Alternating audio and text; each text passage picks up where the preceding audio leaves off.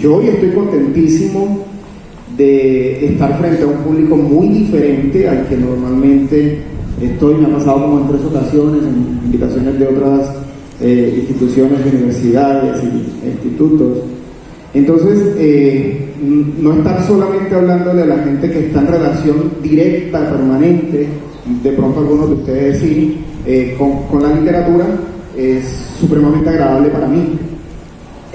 ¿Por qué razón? Porque es una forma de pronto de llevarles a un público distinto ese mensaje que hay en los libros, ese mensaje de transformación que hay en la misma lectura. En alguna parte leí, creo que es de Cervantes, nada menos hablando de Cervantes, ahorita con lo que ustedes mencionaban del día del idioma, que fue el 23 de abril, Cervantes dice que a cada uno de los seres humanos lo está esperando en algún libro una línea que puede generar un cambio en su existencia. Sí, a veces pasamos por una vida larga y no nos encontramos con esa línea porque estamos en muy poca relación con los libros, y no porque uno no quiera relacionarse con los libros. La mayoría de la gente sabe y dice que la lectura es buena, pero muy poca gente lee porque hay muchas razones en el contexto para que no lo hagamos. El costo de los libros, la inexistencia de las bibliotecas, suficientes bibliotecas, el mismo modo de vida en que estamos metidos. Una persona que de pronto se levanta a las 5 o 4 de la mañana, madruga, se baña, se alista para ir a la institución a la que estudia o a la empresa en la que trabaja, 8 o 10 horas, a veces con esos horarios tan inequitativos de hoy día que terminan matando al mismo ser humano, una jornada ardua de trabajo, ¿cierto? Y llega usted a la casa, ¿y qué le va a prestar atención con ese cansancio a leer? Si leer necesita también de una fuerza, de una voluntad, de un ejercicio, ¿no? Usted viene y prende el televisor. Es mucho más, de pronto más cómodo, un poco más fácil recibir los contenidos de la televisión, que no está mal, pero no debido a esa misma dinámica, de pronto nos alejen de la lectura, ¿no? Entonces todo el mundo sabe que leer es bueno, pero muy poca gente lee. Y pues en ese proceso está como el hecho ese de hablar con personas que de pronto no están en el mundo de la literatura, y de pronto aquí alguien sale y dice, bueno, yo voy a leer ese poema que quien estaba allá enfrente, probablemente no se acuerden de mi nombre más tarde, recomendó, pero sí espero que se acuerden del título de ese poema. Ese poema se titula Biografía de Nadie, de uno de los grandes poetas que actualmente Colombia tiene, se llama Juan Manuel Roca. Y ese poema me gusta mucho, les decía, porque le tengo miedo a las biografías demasiado extensas. Esa biografía existe precisamente por eso te decía, una tarea de colegio, y vivimos en un mundo en el cual la gente muestra currículos extensos. En los países con alto nivel de calidad de vida que todavía existen, las hojas de vida son reducidas, pequeñitas, no te preguntan ni siquiera por nada personal. Ya están incluso evitando que se ponga la foto, que no deis información sobre tus redes sociales. Hay unas informaciones que son personales, íntimas, ¿no? En cambio en Colombia seguimos haciendo ese ejercicio de la hoja de vida larga, del currículum y de las biografías extensas y llenas de títulos y todo eso, que no está mal, pero que de pronto terminan diciendo cosas de la persona que incluso la persona no llega a hacer, ¿no? Yo espero esta mañana estar a la altura de ustedes, de dejarles algún mensaje esta mañana a partir de esta conversación, que agradezco a ustedes por haberme invitado, a Lina, que la conocí el año pasado, y bueno, en realidad les agradezco darme la posibilidad de estar frente a tan bello público y tan distinto público al que acostumbro en la mañana de hoy. Listo, Jesús. Bueno, algo como yo le comentaba a Jesús esta mañanita, yo le decía que algo de lo que me gusta a mí de la lectura o de lo que él escribe es que lo lleva a la realidad, ¿verdad? Hay lecturas que son imaginarias, de seres que uno no conoce, ¿verdad? Ya es un tipo de ficción y eso, pero cuando yo leo un poema de Jesús, me encuentro con eso. del carretillero, de lo que pasa con una pandilla, o de los acontecimientos o sucesos reales que tenemos nosotros en nuestra ciudad. Y qué chévere encontrarse uno con ese tipo de escritos. Jesús, ¿qué es lo que a ti te mueve a eso? O sea, ¿en qué momento, en qué espacio, qué es lo que te lleva a ti a generar ese tipo de escritura que es bastante apasionada? Porque yo encontrarme con eso, que es de mi cotidianidad, ¿verdad? Encontrarme que yo por aquí le decía a él, me impactó mucho un poema. Entonces, quiero que él sea el mismo quien lea este poema y ustedes escuchen, y no sé si les va a impactar tal como a mí, pero espero que les guste. Vale, Lina, sí, me dediqué a buscar el poema porque me diste el título, Epifanías, y bueno, leo el poema para que los chicos que están con nosotros en el público lo escuchen de pronto, como le decía hace un rato. Quién sabe si en este texto esté esa línea que de pronto mueva a algunos de ustedes a buscar más tarde poesía, no solamente mía, sino de otros autores, colombianos y no colombianos. Y ya algunos de ustedes dirán, ya bueno, ¿y por qué insiste tanto en que leamos poesía? Yo tengo mis razones para que la gente lea poesía. Incluso hubo una época en que era supremamente dictatorial y le decía, es que la poesía mueve sensibilidades muy, muy distintas y que son necesarias en la sociedad en la que estamos, ¿no? Entonces, voy a leer el texto, el título es Epifanía, y le respondo la pregunta ahí. Epifanías, la euforia de los predicadores en los amplificadores del domingo. Los jíbaros de ojos encendidos comentan las bodas de los mastodontes, publican la bondad de su ritual ante el bazuco y el cannabis. Los golpes del dominó remarcan la lentitud de los segundos. Los jugadores y sus testigos, enajenados por el aura de la lúdica, acallan las puñaladas del tiempo. En algún patio, una abuela reivindica la eficacia del cepillo en contra de la lavadora. Se seca el sudor, se complace con la blancura de las piezas. Todo un ritual de vida esta mañana. La brisa arrastra músicas lejanas, suscita en los hombres la urgencia de verse ante sus esquivos dioses. Ese es el texto de Epifanías, hace parte de un libro que estoy preparando para su posible publicación de pronto a finales de este año, dependiendo de cómo se den las cosas. El libro se titula Posibilidades de la Contemplación.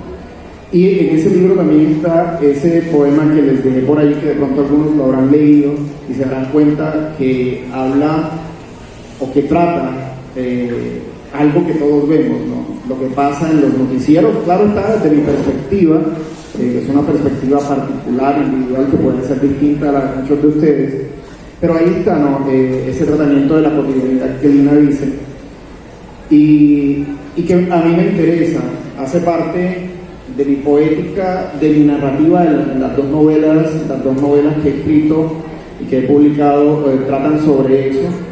Y bueno, ¿cómo explicar algo que me es muy íntimo, muy personal, como para otros poetas y como para los seres humanos pueden ser el amor, pueden ser el odio, pueden ser cualquiera de los temas que mucha gente piensa que solamente aborda la poesía, ¿no? Mucha gente dice, poeta, entonces debe ser muy amoroso, muy idealista, hablando con términos rebuscados, dulzones. Y sí, esa es una mirada de la poesía, esa puede ser una de las formas de la poesía, pero no es la mía, aunque eso no quiere decir que no ame. Ojo, ¿cierto? No se malentienda el asunto. En ese sentido yo soy muy amoroso, uno de los amorosos que menciona un poeta mexicano que recomiendo mucho, se llama Jaime Sabines. La poesía de Jaime Sabines es bellísima. Y bueno, precisamente por influencias, yo tengo grandes influencias de poetas que me dijeron que podía hacer poesía de lo cotidiano, que podía hacer poesía del simple hecho de levantarme y encontrarme con que es un lunes en la mañana, y todos sabemos lo que se siente un lunes en la mañana, ¿cierto? cuando son las 5 de la mañana y la alarma suena y dice, ay, chica, esta alarma de nuevo, y toca levantarse, bañarse y hay el horario del cena, y algunos de ustedes que trabajan y responder con las benditas tareas del trabajo y dejar y rendir cuentas o hacer, bueno, en fin, montarse en una buseta para salir de San Fernando o de San José o de Pozón para ir a la institución en la que se está estudiando, para ir al centro. Imagínense lo que hay en la cabeza de una persona que tenga que salir de San Fernando, de San José de los Campanos para el centro, y entonces los trancones, ¿cierto? Los trancones y el estrés que se vive porque todo el mundo quiere llegar temprano y la buseta se va atrasando. El bendito Trascaribe también se atrasa porque no llega a la estación en el momento en que dicen que cada 13 minutos, mentira, ¿cierto? No llega cada 13 minutos. Y entonces, ¿qué pasa? Yo, a diferencia de la gente, a mi hija a veces le molesta salir conmigo porque si es que tú caminas muy despacio, y yo le digo, no, es que yo no camino, yo observo. ¿Sí? Eso se lo quita la vida cotidiana a uno, la capacidad de observar, el detenerse para ver qué pasa con los otros, ¿sí? Y qué pasa incluso con nosotros mismos en medio de los otros. Y al quitarnos esa capacidad para detenernos, ¿qué hacemos? Vamos por la vida atropellándonos y atropellando a los otros. Y entonces el poeta o el escritor no puede vivir así. Yo me resisto a ser atropellado y a atropellar a los otros. Cuando yo voy a entrar a Trascaribe, porque yo uso Trascaribe, yo a lo sumo aprendí a manejar bicicleta y ando en bicicleta. No me vine a hacer bicicleta porque estaba pues en el colegio y dije, voy a coger una moto. También tiene su gracia coger motos. Entonces, cuando estoy en una estación de Trascaribe y está eso lleno así, cuando llega el articulado, yo le digo a la gente, no me empujen, que en mi casa me dan bastante amor.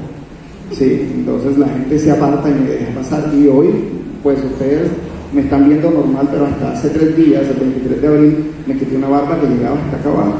Y entonces un tipo con una barba así largota grita eso, da miedo. Dice, puede ser terrorista, puede ser de estos países que vienen a traer bombas, ¿no?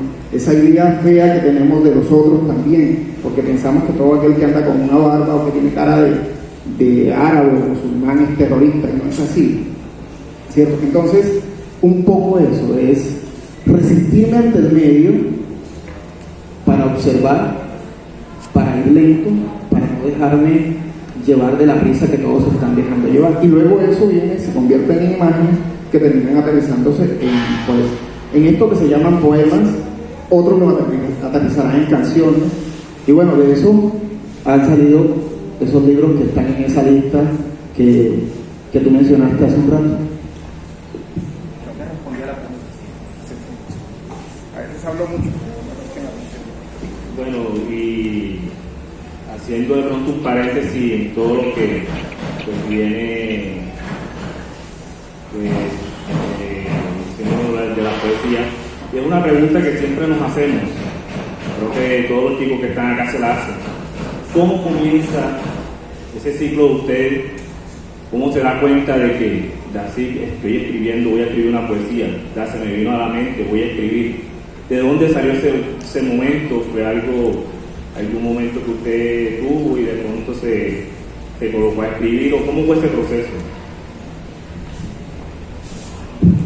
Bueno, esa es una pregunta muy importante. Yo creo que todos los seres humanos, todas las personas, somos capaces de crear. Todos tenemos la posibilidad creativa. Viene con nosotros en nuestra mente, en nuestros genes. Por eso somos seres humanos y por eso llegamos a ser personas, porque todos podemos crear, cada quien en diferentes ámbitos, ¿no? La vida, si el mundo estuviera lleno de escritores, sería un mundo aburrido. Sí, chévere que hayan escritores, poetas, todo el asunto, y uno los puede leer, ¿no? Pero todo el mundo por ahí siendo poetas, eso es como si todo el mundo fuera cantante de champeta o como si todo el mundo fuera cantante de reggaetón. La variedad desaparecería, ¿no? Y lo que nos hace realmente humanos es esa variedad. Pero desde esa variedad todos somos creadores y todos somos creativos. Hay gente a la que le gusta jugar con el barro, hay gente a la que le gusta jugar con la plastilina, hay gente a la que le gusta cantar. Y bueno, lastimosamente, y ustedes disculpen que me queje tanto, el medio, el contexto en que vivimos, nos mete en unas dinámicas en que no nos deja explotar esas posibilidades creativas que todos tenemos. Así que pilas con eso, traten de mirar qué pueden ser buenos ustedes creando desde las carreras mismas. Precisamente los inventores que estudian ingeniería, diseño, todo ese tipo de cosas, son personas que crean, ¿no? Quienes estudian comercio, las carreras de ustedes, terminan cambiando las dinámicas precisamente porque ponen en función su faceta creativa. ¿Sí? Y yo creo que todo ser humano debería explorar esa posibilidad. A mí me pasa que, a diferencia de otras personas, no tuve de pronto un profesor que me dijera que la poesía existía. Yo solo descubrí muy niño.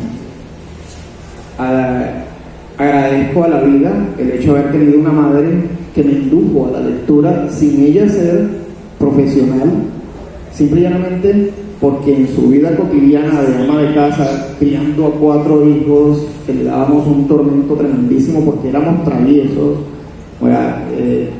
y bueno, estaba la compañía de mi papá, con quien convivo actualmente después de la muerte de ella, pero es un ser entrañable para mí, porque ella de alguna manera marcó lo que yo soy hoy día, debido a que ella leía en ese entonces lo que eran unos libritos que se llamaban novelas rosas de Corín Tellado, y yo la veía leyendo. Entonces la lectura como tal, que es el punto de partida para poder de pronto uno convertirse en escritor, la mejor forma de aprenderla es a través del ejemplo. Sí, y por esa razón yo normalmente trato de darle a mis estudiantes el ejemplo de que soy un lector y no solamente decirlo. Uno puede decir todas las cosas bellas del mundo, pero si no da el ejemplo, realmente no es que sea muy efectivo. Hay mucha gente que predica y no aplica, ¿cierto? En cambio yo ando por el mundo y ustedes me ven o con una libreta o me ven con libros. Y eso ya de alguna manera corrobora o confirma en parte que soy un lector. Entonces a mi mamá yo la veía leyendo y empecé a hurtarle esas novelas, me las llevaba a cogérselas y ella me vio leer a mí. Pero entonces yo era un niño de 6 o 7 años y ella empezó a propiciarme un encuentro de pronto más intuitivo, a mi edad, acorde con mi edad, a la lectura, y empezó a darme lo que en mi época, yo soy viejo, oyeron, yo soy viejísimo, en mi época se llamaban paquitos de Calimán, de Arandú, de Águila Solitaria, de Memín, que yo no creo que ustedes hayan oído hablar nunca de esa gente. Sí, de pronto ustedes cierto. Entonces de pronto ustedes han visto cómics, mangas, anime, ese tipo de cosas. De pronto sí es más del tiempo de ustedes, ¿no? Dragon Ball Z, cosas así. Pero no, yo soy mucho más viejo y leía eso, ¿no? Y a partir de esas lecturas tuve mis primeros encuentros con la literatura, porque en esos paquitos había mucha crítica social. Por ejemplo, Memín, haciendo un análisis de Memín ya posterior, era como una especie de propuesta para analizar cómo se daba el racismo. Memín, si ustedes averiguan y buscan por ahí en internet, se van a encontrar que era un niñito negro que tenía un grupo de amigos blancos que lo defendían de muchas situaciones en las que él estaba. En ese momento eran como cosas, pero si las miramos desde hoy día, era una circunstancia social problemática. Uno de los amigos de Memín era hijo de una mujer que se prostituía para poder alimentarlo, Carlangas, me acuerdo mucho de Carlangas, y había un amigo de Memín que era hijo de una familia rica, y así, bueno. Entonces, fíjense, en eso estaba, en esos paquitos ya estaban las preguntas, o parte del origen de las preguntas que yo me iba a hacer en la vida. Y de tanto leer, desde allí, luego vino el colegio, tuve muy buenas profesoras de español, no puedo negarme eso, mujeres profesoras de español que me llevaron por ese mundo. A veces hablo de ellas y hay situaciones muy chistosas, que nunca olvido. Las mujeres han marcado muy bien mi vida. Yo pienso que las mujeres tienen mucho que aportarle al mundo porque tienen una sensibilidad que no han dejado que el medio se las mate tanto como a nosotros los hombres. Entonces, yo siempre rescato eso. En mi vida hay muchas mujeres que aportaron y que siguen aportando. Mis hijas, por ejemplo, cosas muy positivas. Y mi madre aportó ese punto de partida para que yo fuera un lector. Ya por ahí como a los 15, 16 años, cuando entré a la universidad a estudiar la licenciatura, me di cuenta que podía escribir, pero podía escribir con cierta fluidez, con cierta soltura y con mucho gusto, porque ya tenía un mundo de lecturas que había nacido precisamente en esa relación con mi madre. Un par de preguntas complejas, sobre todo con la necesidad que tendría de hacer memoria. Cuando me hacen esa pregunta acerca del autor que me impactó, me trato de poner en función mi cabeza, porque son muchas las lecturas y relecturas que he hecho, y yo recomiendo mucho la relectura. Y a diferencia de pronto de otros escritores, no me puedo inscribir como que con alguien en específico que me diga, bueno, este fue el autor que hizo que de alguna manera yo sintiera que la escritura era lo mío. Hay una larga lista de autores que incluso voy a tratar de reducir como invitación a ustedes. De pronto alguno anota nombres y se va allá. Son autores de diferentes como que matices, porque al ser profesor de literatura, al ser, además de escribir novelas y poesía, también le dedico un tiempo a la crítica literaria en parte del país. No, yo soy de Ovejas, Sucre. Estudié el bachillerato en Ovejas, estudié mi carrera en Sincelejo. De pronto han oído mencionar algo que se llama la Corporación Universitaria del Caribe, SECAR. Yo soy licenciado en Español y Literatura. Y entonces, en ese proceso, pues han sido muchos los autores con los que me he encontrado que de una u otra forma han aportado desde sus obras ese impacto. Por ejemplo, yo siempre he dicho que tengo dos novelas favoritas. Normalmente uno tiene una persona favorita, un libro favorito, bien, en fin, una sola cosa favorita. No, yo tengo dos libros favoritos.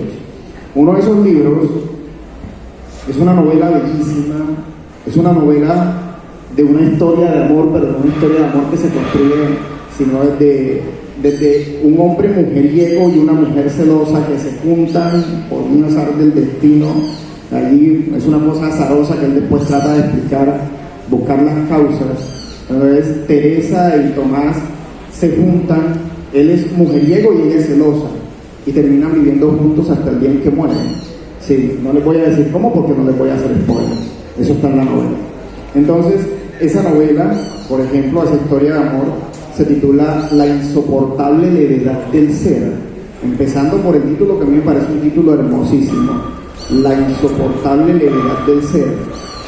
Es de un autor sueco o checo, no recuerdo exactamente la nacionalidad del autor. Él se llama Milan Kundera. Milan Kundera actualmente tiene 93 años y además de esa novela ha escrito un montón de libros bellísimos como La broma, La inmortalidad, que es otra obra en que el personaje central es una mujer, Agnes. Y entonces este autor me cautivó con esa novela a partir de esa historia. Tiene 93 años y lo han nominado como 5 o 6 veces para el Nobel y nunca se lo han dado, pero realmente es un gran autor. Otra novela es una novela titulada El nombre de la rosa. Esta es una novela distinta, es una novela en la que hay como una especie de investigación policíaca en la Edad Media por parte de un monje que llega a un monasterio a averiguar por unos asesinatos extraños que se están dando, unas muertes extrañas que se están dando y que suceden en esta biblioteca en donde no deberían haber muertes porque pues se supone que eran monjes los que estaban allí, ¿no? Y que todos se conocían y todo eso. En esa novela, es una de mis novelas favoritas porque fue un reto. A mí me gustan los retos intelectuales. Esa novela, la primera vez que la intenté leer, me hizo sentir que yo no sabía nada. Sí, así como que yo no sabía nada y bueno, ¿qué pasa con este libro? ¿No? Hay gente que se encuentra con los libros y dice, no, este libro es aburrido, y lo dejan en las 2 primeras páginas. Yo normalmente cuando un libro me pone dificultades, hago todo lo contrario. Y empecé a averiguar y me preparé para leer la novela 2 o 3 años después y me encontré con una novela bellísima en la que estaba esa historia que les digo, ¿no? Está el asesinato y este personaje que les digo, a veces me han preguntado también que qué personaje de la literatura quisiera ser, y yo les diría, si se me diera la oportunidad sería Guillermo de Beckersfield, que es el nombre del protagonista, del investigador, un hombre con mucho conocimiento y que siempre está detallando, como yo les decía hace un rato, detallando la vida, lo que ocurre. Esa novela es de la autoría de un escritor italiano que murió hace unos 4 o 5 años, uno de las mentes más brillantes que ha tenido el mundo, se llamaba Umberto Eco, es el autor de esa novela. Y bueno, por hablar de mis 2 libros favoritos, que podría decirse son encuentros y responder un poco la pregunta, pero miren, hay autores con los cuales podrían encontrarse, como José Saramago. Hay una novela que yo quisiera que todo el mundo leyera en este tiempo. Esa novela se titula Ensayo sobre la ceguera. Esa novela, si ustedes la leen, se van a dar cuenta que habla de todos nosotros. Sí, Ensayo sobre la ceguera de José Saramago. Libros de poemas, porque no solamente ha sido novela, yo soy un lector de novelas, pero también un lector de poesía y de ensayo. Por ejemplo, les recomiendo, fíjense que no mencionaba a Gabriel García Márquez, y pues me parece un gran autor, pero es como que lo que normalmente leemos los colombianos, ¿no? ¿Cuál es tu libro favorito? Y el escritor dice, no, 100 años de soledad. Yo lo miro así, 100 años de soledad. Es un librazo, pero no es mi libro favorito, porque hay otros autores y otras obras. Sí. Yo tenía un profesor que decía que, creo que exageraba, decía que colombiano que no leía 100 años de soledad no era colombiano. Yo creo que es una exageración, pero estoy de acuerdo con eso, ¿no? ¿Veis? Disculpa de interpretación de lo que pasó a Juan. Le mandaron un ramo de rosas amarillas. Y en la dedicatoria le cortaron. Como las mariposas amarillas, Mauricio hoy no le dejó preguntar. ¿Y ese quién carajo es que no sé? Fíjate, a veces pasa uno por ignorante. ¿Por qué? Porque no lee nada. Entonces... Sí. Y sobre todo leer algo que es tan emblemático para nosotros los colombianos como 100 años de soledad. Mi hija de 14 años esta semana comienza su lectura de Gabriel García Márquez, pero afortunadamente no lo hace por 100 años de soledad, sino por Crónica de una muerte anunciada. Y ya en su momento leerá 100 años de soledad. Pero lo que les decía es eso, ¿no? Es un gran autor, pero entonces no es el autor que de pronto lo leí, tuve que dejar de leerlo porque cada vez que agarraba sus libros, yo he leído como 7 veces, es un libro corto de El coronel no tiene quien le escriba, o los cuentos de los funerales de la mamá grande, o La Cándida Heréndira, la historia, la triste e increíble historia de la Cándida Heréndira y su abuela desarmada. Oigan, lean eso tremendamente.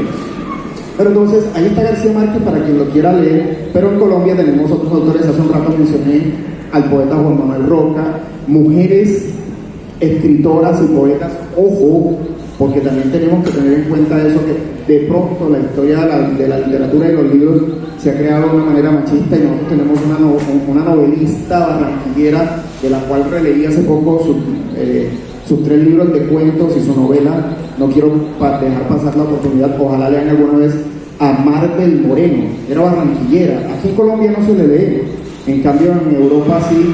Hay una novela, la única novela que publicó se titula En diciembre llegaban las brisas.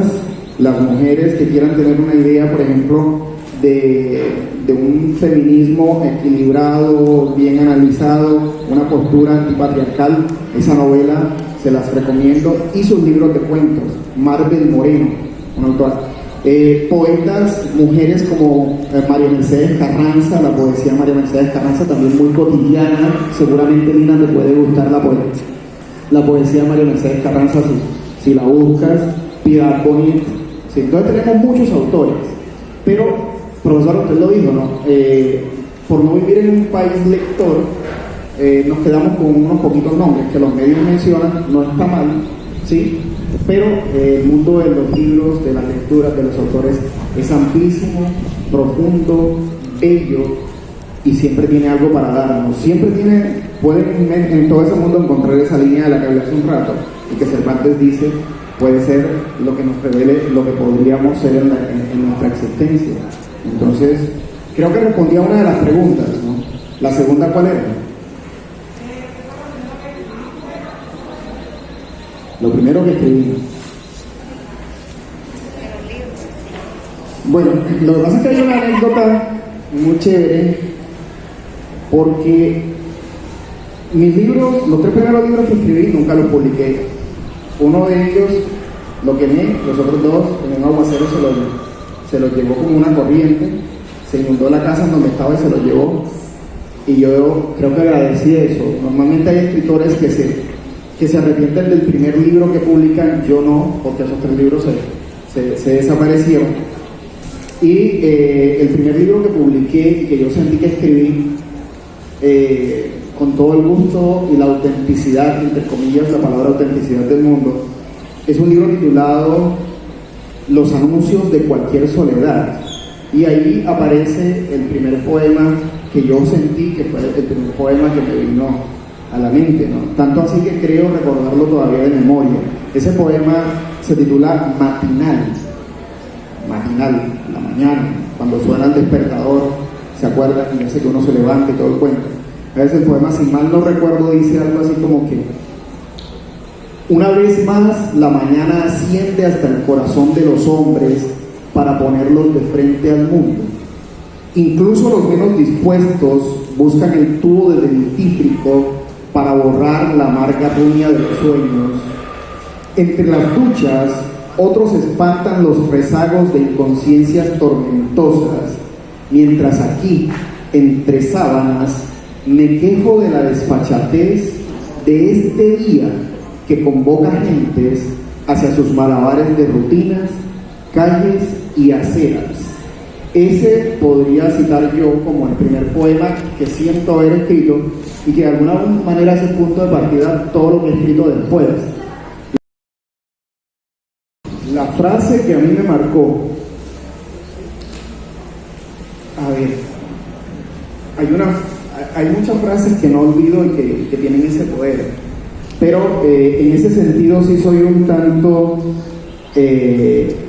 compagino un tanto con García Márquez, porque García Márquez habla de esa misma frase y es el inicio de una novela titulada La Metamorfosis, que a veces la ponen de manera obligatoria en el bachillerato. No sé si alguno de ustedes se la pusieron. La Metamorfosis de Franz Kafka comienza hablando de la transformación del hombre, pero una transformación trágica, abrupta, lo dice acá Lina, una transformación de esas que nadie quiere vivir, pero que a muchos nos toca. Esa frase, si mal no recuerdo, dice así: una mañana después de un sueño intranquilo, Gregorio Samsa se despertó y se encontró convertido en un monstruoso insecto. La sola frase ya tiene un poder. Uno dice, bueno, ¿qué pasa aquí? ¿Cómo alguien puede despertarse y encontrarse no siendo él, sino un monstruoso insecto? Y entonces, si uno lee la novela, se encuentra el relato, de pronto la explicación de qué fue lo que pasó y eso, pero si uno se queda con la inquietud existencial, dice, bueno, ¿cuántos de nosotros no nos hemos despertado un día, y así sea por una sola hora, por 15, 20 minutos, no somos un monstruoso insecto que queremos tirar todo, disculpen la palabra, al carajo? Sí. No pararnos de la cama, no someternos a la rutina, no ser lo que el mundo nos exige, sino ser nosotros. Sí, entonces esa sería como que una de esas tantas frases, y que es la que más, entre todas las que más recuerdo. Pero por ejemplo, hay frases y poemas completos. Para mí los poemas son frases completas. Y por ejemplo hay un poema bellísimo que también es de esos poemas que me gustaría que la gente leyera, que los profesores de español leyeran con los estudiantes. Ese poema se titula Ítaca, de un poeta griego que se llamaba Constantino Cavafis. Y ese poema, lo bello de ese poema, no es solo que remite a una de las historias más bellas que se ha contado en la literatura, que es la historia de Ulises, el personaje de la guerra de Troya, que tiene que irse para Troya obligado por los reyes, y antes de irse se hace pasar por loco para evitar que se lo lleven del lado de la mujer que ama y de su hijo recién nacido. Y que en Troya se distinguía por ser el más inteligente y el que más hablaba. Fue el que se inventó, muchos de ustedes, o de pronto algunos de ustedes han usado alguna vez la frase el caballo de Troya, y él fue, gracias a él, a ese personaje, debemos esa frase. Miren cómo la literatura está metida en la cotidianidad, ¿sí? Entonces ahí está Ulises. Ese poema de Constantino Cavafis toma esa historia de Ulises y la convierte en la historia de todos nosotros, porque en últimas Ulises no es el único que viaja. Nosotros estamos en un viaje. La vida es un viaje. Desde el momento en que nacemos empezamos a construir nuestro viaje, y a lo largo de la vida vamos encontrando lo que Constantino Cavafis llama en el poema Ítacas, y que para nosotros son las metas, algunas a corto plazo, otras más distantes. Y entonces ese poema habla de eso, y podría decirte que también es una de mis frases, de esas frases que me han cambiado la existencia. Hay estudiantes de hace 7, 8 años, 10 años que me dicen, profe, y todavía sigue leyéndole a sus estudiantes Ítacas, y estudiantes que me han dicho, es que ese poema me cambió la vida, profe. Ítaca de Constantino Cavafis.